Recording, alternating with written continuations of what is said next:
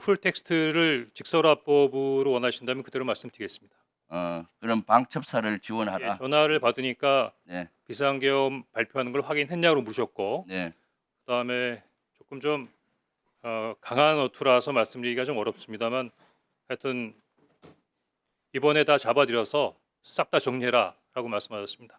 근데 그때 목적어가 없었습니다. 그래서 어느 누구를 그렇게 해야 되는지까지 잘 몰랐고, 그렇다고 대통령께 누구를 체포하라는 말씀이십니까? 라고 여쭤보기도 뭐해서 잠깐 기다리고 있는데 대통령께서도 약간 말씀에 퍼지가 있었습니다. 그러더니 아, 지금 주시겠다는 건지 아니면 향후에 주시겠다는 건지 말씀하지 않은 상태에서 국정원의 대공수사권을 줄 테니 이번에는 일단 방첩사를 적극 지원해라. 아마 박접사에 뭐 자금이면 자금, 인원이면 인원 무조건 지원해라고 말씀하셨습니다. 네.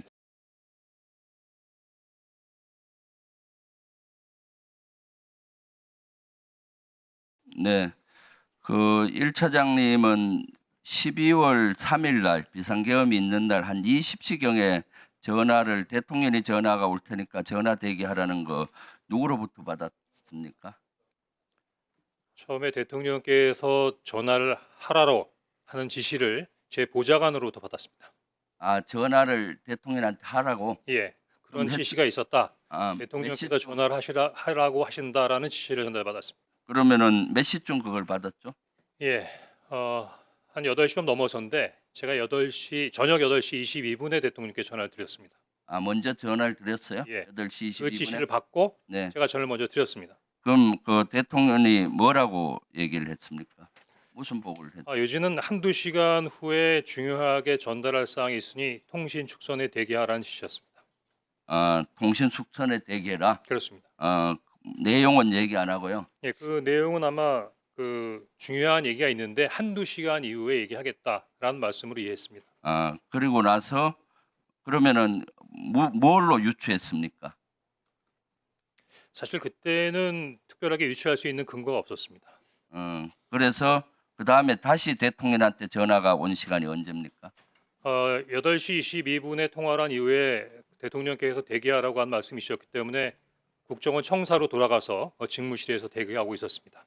그리고 대기하고 있는 중에 10시 23분에 비상계엄이 일어난 부분을 TV로 보고 그 후에 한 30분 정도가 지난 10시 53분 정도에 대통령께서 전화를 주셨습니다. 그때는 대통령이 1차장한테 전화를 먼저 했다. 그렇습니다. 네. 어떤 내용의 전화를 했습니까? 전화 내용이 뭐였습니까? 첫 번째는 비상계엄을 발표한 사실을 확인했는가 하는 부분이고 두 번째는 아까 윤건영 의원님께서 질문했던 내용과 동일합니다. 중요한 요지는 그 방첩사령부를 적극 지원하라는 부분이 요지였습니다. 방첩사를 적극 지원하다. 그리고 또 있었잖아요. 뭐 잘 지원하면은 예산도 주고 수사권도 주겠다. 뭐 이런 얘기. 아니 그런 말씀은 아니셨고요. 네. 풀 텍스트를 직설화법으로 원하신다면 그대로 말씀드리겠습니다. 그럼 방첩사를 예, 지원하라. 전화를 받으니까 네. 비상계엄 발표하는 걸 확인했냐고 물으셨고 네. 그다음에 조금 좀 강한 어투라서 말씀드리기가 좀 어렵습니다만 하여튼 이번에 다 잡아들여서 싹 다 정리해라라고 말씀하셨습니다. 근데 그때 목적어가 없었습니다. 그래서 어느 누구를 그렇게 해야 되는지까지 잘 몰랐고 그렇다고 대통령께 누구를 체포하라는 말씀이십니까? 라고 여쭤보기도 뭐해서 잠깐 기다리고 있는데 대통령께서도 약간 말씀에 퍼지가 있었습니다. 그러더니 지금 주시겠다는 건지 아니면 향후에 주시겠다는 건지 말씀하지 않은 상태에서 국정원의 대공수사권을 줄 테니 이번에는 일단 방첩사를 적극 지원해라. 아마 박접사에 뭐 자금이면 자금, 인원이면 인원 무조건 지원해라고 말씀하셨습니다. 네. 그래서 비상계엄. 제가 네. 예 알겠습니다라고 답변했습니다. 그래요. 그래서 1차장은 방첩사령관한테 전화를 했나요? 그렇습니다. 몇 시에 했죠?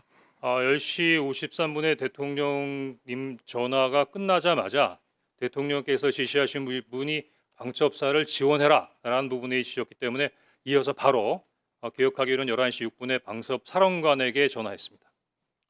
방첩사령관한테 전화를 했는데 그때 방첩사령관하고 무슨 통화를 했습니까? 예, 박첩사령관의 11시 6분에 전화했던 것은 처음 전화가 아니고요. 10시 23분 비상계엄이 발표되는 걸 보고 바로 바로 제가 방첩사령관한테 전화를 한 적이 있었습니다. 왜냐하면 10시 23분에 TV를 통해서 방송을 통해서 비상계엄이 발령되는 걸 보고 당시 굉장히 많이 당황했었는데 비상계엄이 발효된 것보다도 더 당황스러웠던 것은 당시로서는 국정원이 비상 사항과 관련된 부분에 대해 정보 보호를 전혀 갖고 있지 않았습니다. 따라서 국정원이 그래도 국가의 핵심 정보기관인데 비상 사항이라는 부분에 대해 정보 판단이 전혀 이루어지지 않은 상태에서 어떻게 비상계엄이 발효됐는가 국정원이 뭔가 그때 방첩사령관 빠뜨렸구나. 뭐라 했습니까? 좀 예. 짧게 해주세요. 네. 그래서 방첩사령관한테 확인하기 위해서 전화했습니다. 네. 그랬더니 방첩사령관이 저희들도 잘 모르고 있는 상황입니다. 위에서 오케이. 시키는 대로 하고 있습니다라고 답변을 했고 그런 상태에서 대통령께서 전화를 받은 다음에 방첩사령관에게 전화했습니다. 그러니까 마찬가지로 나중에 계속 머뭇머뭇해서 제가 어떻게 된 거야? 라고 얘기했더니 계속 이야기를 안 하길래 부위께서 전화하셨어.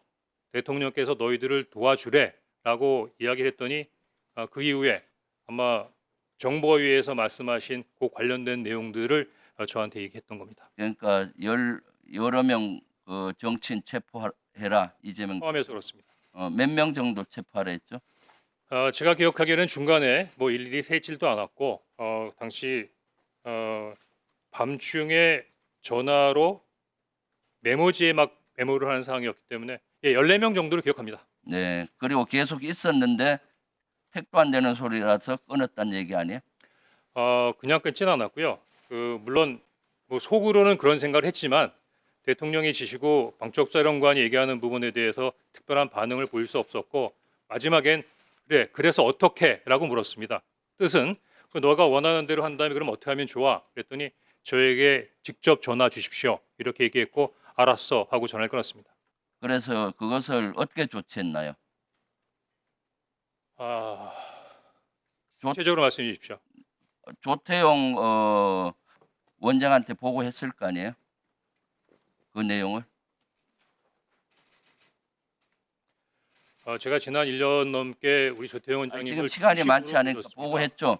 예, 근데 원장님께서 저한테 보고를 받지 않았다라고 말씀하시고 계시기 때문에 제가 참 뭐라고 말씀드리기 좀 어려운데 몇 시에 보고했? 엄중한 자리인 만큼 네. 대통령으로부터 전화를 받았고 방첩사령관으로부터 엄중하고 민감한 사항에 대한 내용을 받은 것을 어떻게 데피티가 원장님께 보고드리지 않을 수가 있겠습니까? 또 지휘 개선으로도 잠깐만요. 시간이 없으니까 내가 질문하고 나머지 답변하세요. 그래서 조태용이 보고받고 그다음에 차장은 뭘 했고 국정원은 그다음 뭘 했고 그다음 조태용 원장이 그 사직서내라고 통보했잖아요. 그까지 좀 얘기.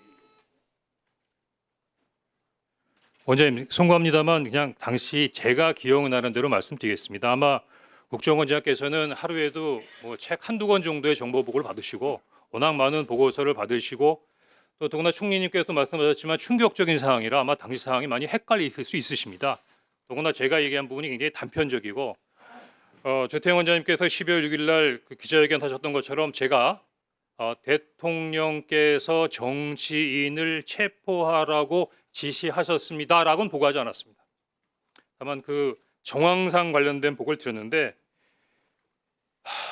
10시 53분에 대통령으로부터 전화를 받고 11시 6분에 방첩사령관으로부터 어떤 내용인 줄 알게 됐습니다. 제가 방첩사령관에게 전화를 할 때는 우리 국정원이 놓쳤지만 아마 대통령께서 이렇게 싹 다 잡아드리라고까지 말씀하시는 거 보니까 국내에 장기 암약하던 간첩단 사건을 적발했나 보다.